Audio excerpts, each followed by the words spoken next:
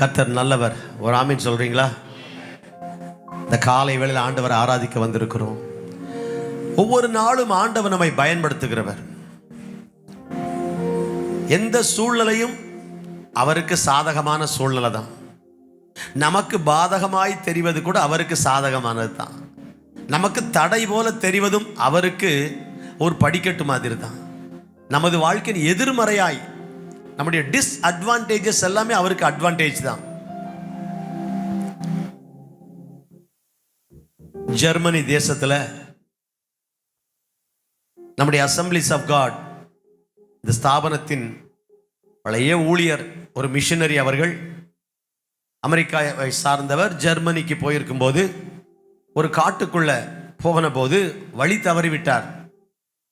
he lost his way. வழி தவறிட்டாங்க.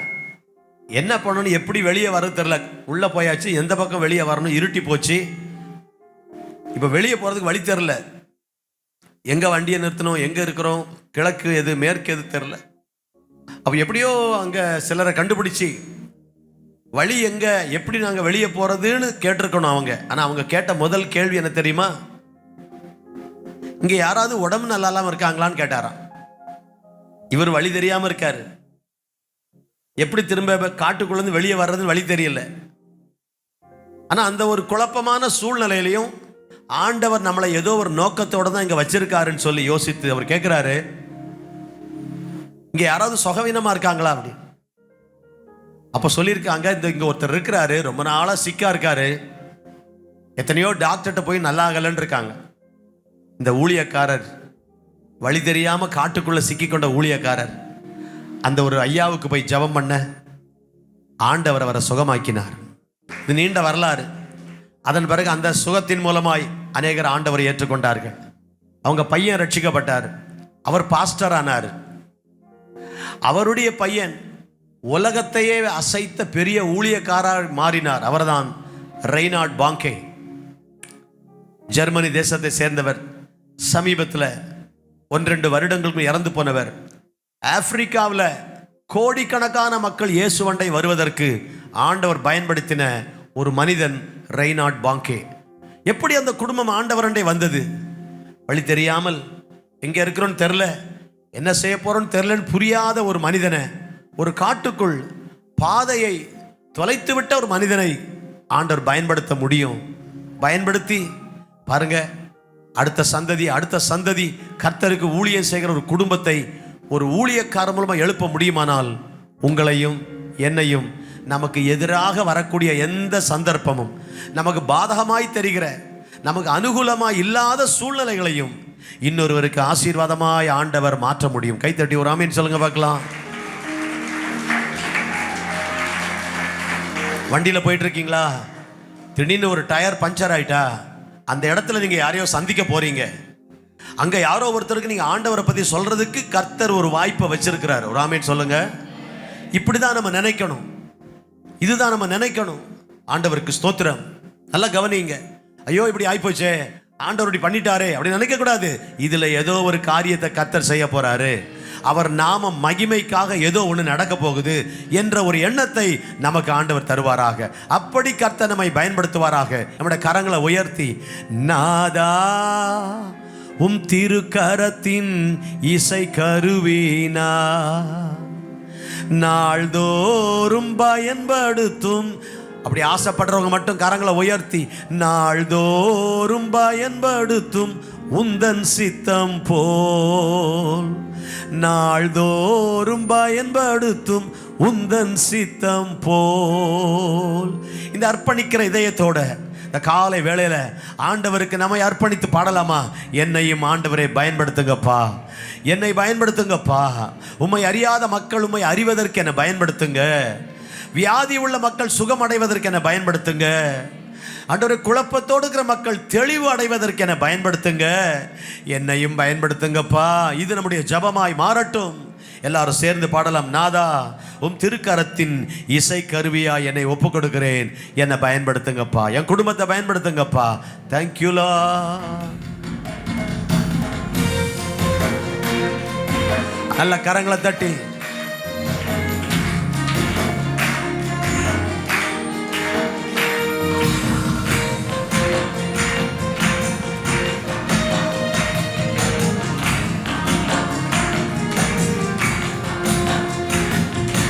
நாதா உம் திருக்கரத்தின் இசைக்கருவி நான் நாள்தோறும் பயன்படுத்தும் உந்தன் சித்தம் போல்.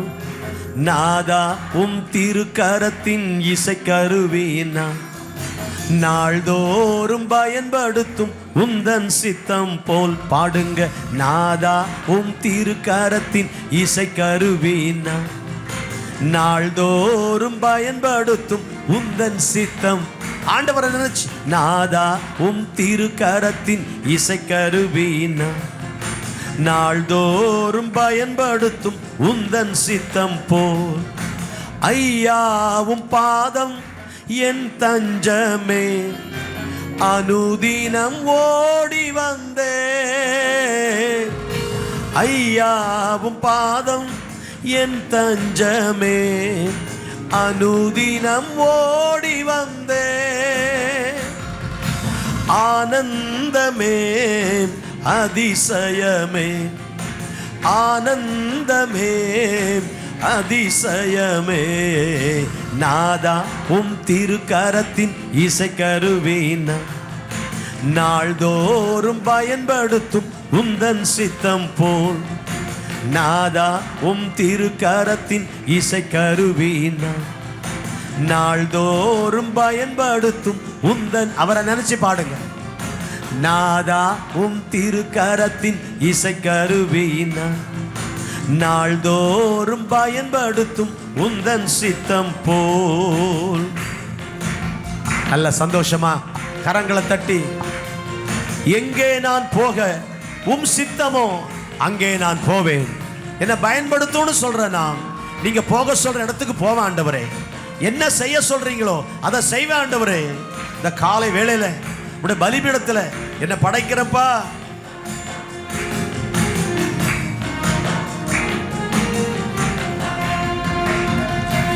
எங்கே நான் போக உம் சித்தமோ அங்கே நான் சென்றிடுவே. எங்கே நான் போக உம் சித்தமோ அங்கே நான் சென்றிடுவே. உம் நாமத்தில் ஜெயமெடுப்பேன், உம் நாமத்தில் ஜெயமெடுப்பேன். நாதா உம் திருக்கரத்தின் இசைக்கருவி நான் நாள்தோறும் பயன்படுத்தும். நல்லா கைத்தட்டி பாடுங்க பிள்ளைங்க. நாதா உம் திருக்கரத்தின் இசைக்கருவி நான் நாள்தோறும் பயன்படுத்தும் உந்தன் சித்தம் போல். புது பாடல் தந்து ஆசீர்வதியும் பரவசமாகிடுவே. புது பாடல் தந்து ஆசீர்வதியும் பரவசமாகிடுவே. எக்காலம் நான் ஊதிடுவேன். பாடுங்க. எக்காலம் நான் ஊதிடுவேன். நாதா உம் திருக்கரத்தின் இசைக்கருவி நான் நாள்தோறும் பயன்படுத்தும் உந்தன் சித்தம் போல். நாதா உம் திருக்கரத்தின் இசைக்கருவி. கைகளை உயர்த்தி, நாள்தோறும் பயன்படுத்தும் உந்தன் சித்தம் போல். நாதா உம் திருக்கரத்தின் இசைக்கருவி நான் நாள்தோறும் பயன்படுத்தும் உந்தன் சித்தம் போல். நிந்தைகள் நெருக்கம் துன்பங்களில் துதி பாடி மகிழ்ந்திருப்பேன். குறை சொல்ல மாட்டேன் ஆண்டவரே. என்னுடைய பாடுகள் கஷ்டங்கள் வியாதிகள் நெருக்கங்களில் நான் குறை சொல்ல மாட்டேன். உம்மை துதிக்கிற என் உதடுகளால் குறை சொல்ல மாட்டேன். அதற்கு மாறாக துதி பாடி மகிழ்ந்திருப்பேன். உம்மை பாடி துதித்து உயர்த்துவேன்.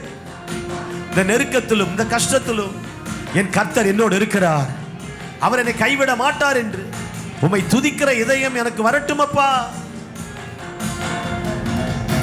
நிந்தைகள் நெருக்கம் துன்பங்களில் துதி பாடி மகிழ்ந்திருப்பே.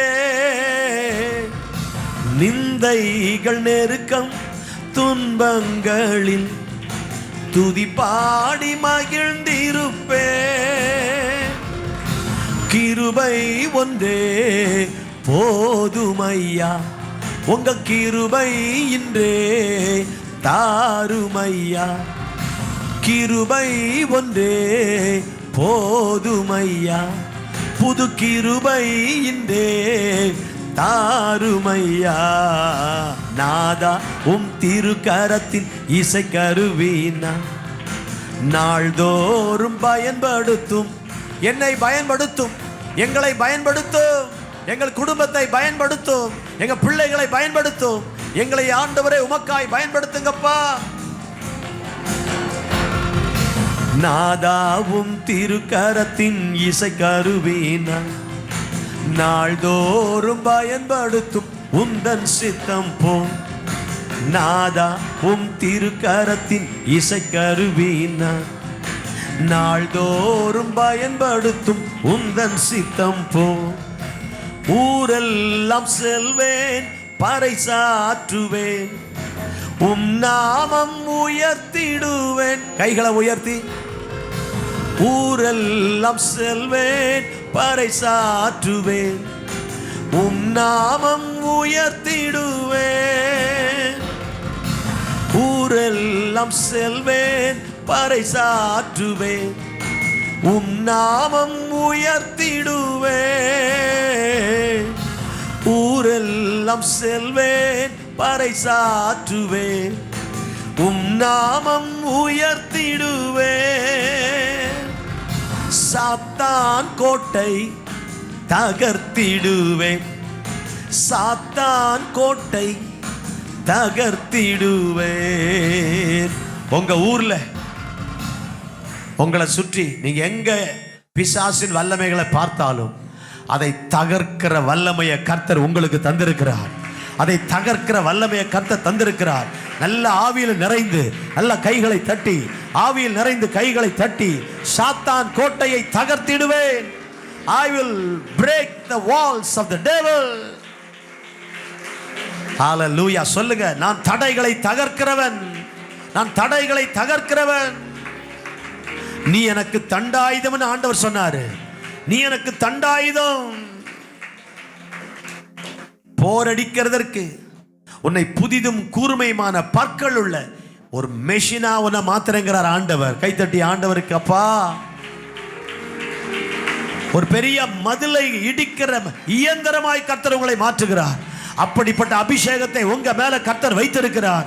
அப்படிப்பட்ட ஒரு அபிஷேகத்தை உங்களுக்கு எனக்கு வைத்திருக்கிறார். சாத்தான் கோட்டை தகர்த்திடுவேன். அல்ல கரங்களை உயர்த்தி, எங்க ஊர்ல ஆண்டவர், எங்க கிராமத்துல, எங்க தெருவில் இருக்கக்கூடிய எல்லா பிசாசின் கிரியைகள், மந்திரவாத கிரியைகள், அசுத்த வல்லமைகள், இருளின் ஆவிகள், வான மண்டல பொல்லாத ஆவிகள் இடிந்து விழுவதாக, தகர்ந்து விழுவதாக, தகர்ந்து விழுவதாக. பாகால் தீர்க்கதரிசிகள் 450 பேர், ஏசபேல் பந்தியில சாப்பிடுகிறவர்கள் 400 பேர். அவங்கள 100 கணக்கில் நிற்கிறாங்க. பயங்கர சத்தம் போட்டு பாகால கூப்பிடுறாங்க. ஆனா ஒண்ணுமே நடக்கல. ஒரு எலியா வந்து ஆண்டவரை நோக்கி பார்க்கிறாரு. அக்கினி இறங்குது. கை தட்டலாமா? இன்னைக்கு சாத்தானின் ராஜ்யத்துல ஆயிரக்கணக்கான ஜனங்கள், ஏன் லட்சக்கணக்கான ஜனங்கள் கூச்சலிட்டாலும் பல காரியங்களை செய்தாலும் ஒன்று நடக்காது. நாம் ஒரு எலியாவா இருந்தால் நம்முடைய வாழ்க்கையில ஒரு எலியா போதும்.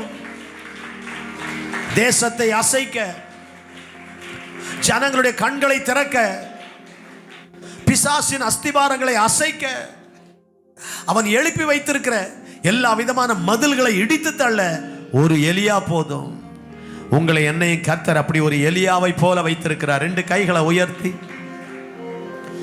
சாத்தான் கோட்டை தகர்த்திடுவே, சாத்தான் கோட்டை தகர்த்திடுவே. அப்படியே தலையை உயர்த்துங்க. நீங்க தலையை உயர்த்தி ஜெபிக்கும் போது ஆண்டவரை நோக்கி பார்த்து ஜெபிக்கிறீங்க. நீங்க தலையை கீழே போடும்போது, ஏன்னா பைபிள் சொல்லுது, சமாதானத்தின் தேவன் சாத்தானை உங்க காலுக்களை நசுக்குவார். அப்ப நமக்கு தலையை கவிழ்ந்து துதிச்சா கீழே சாத்தானை பார்க்கிறோன்னு அர்த்தம். ஆனா தலை நிமிர்ந்து தலையை உயர்த்தி கர்த்தரை துதித்தால் நீங்க வானத்தை பார்க்குறீங்க, நீங்க ஆண்டவரை பார்க்குறீங்க, பரலோகத்தை பார்க்குறீங்க, தேவனை நோக்கி பார்க்குறீங்க. அவர்கள் அவரை நோக்கி பார்த்து பிரகாசம் அடைவார்கள். அவர்கள் முகங்கள் வெட்கப்பட்டு போவதில்லை. கைகளை தட்டி ஹalleluya ஹalleluya ஹalleluya ஹalleluya. ஓ நன்றி ராஜா. எலியாவின் தேவனே இறங்கிடும் நேரமே, எலியாவின் தேவனே இறங்கிடும் நேரமே, அசைவாடும் அசைவாடும். நல்ல கரங்களை உயர்த்தி ஆண்டவர் எங்கள் சபைகள்ல அசைவாடும் அனலாக்கும். அப்பா எங்க மேல இறங்கி வந்து ஒரு பெரிய வித்தியாசத்தை தேசத்தில் நாங்கள் உண்டாக்குவதற்கு எங்கள் அக்கினி ஜுவாலையே. நல்ல கரங்களை உயர்த்தி எலியாவின் தேவனே இறங்கிடும் நேரமே. Thank you Lord.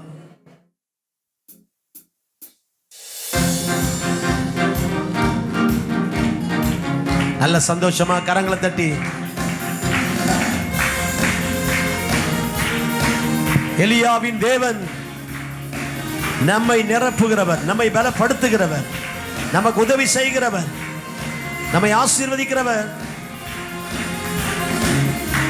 நீங்க கைத்தட்டுற சத்தம். எலியாவின் தேவனே இறங்கிடும் நேரமே, எலியாவின் தேவனே இறங்கிடும் நேரமே, அசைவாடும் அனலாக்கும், அசைவாடும் அனலாக்கும் எங்கள் அக்கினி ஜுவாலையே, அசைவாடும் அனலாக்கும் எங்கள் அக்கினி ஜுவாலையே. எலியாவின் தேவனே இறங்கிடும் நேரமே, எலியாவின் தேவனே இறங்கிடும் நேரமே.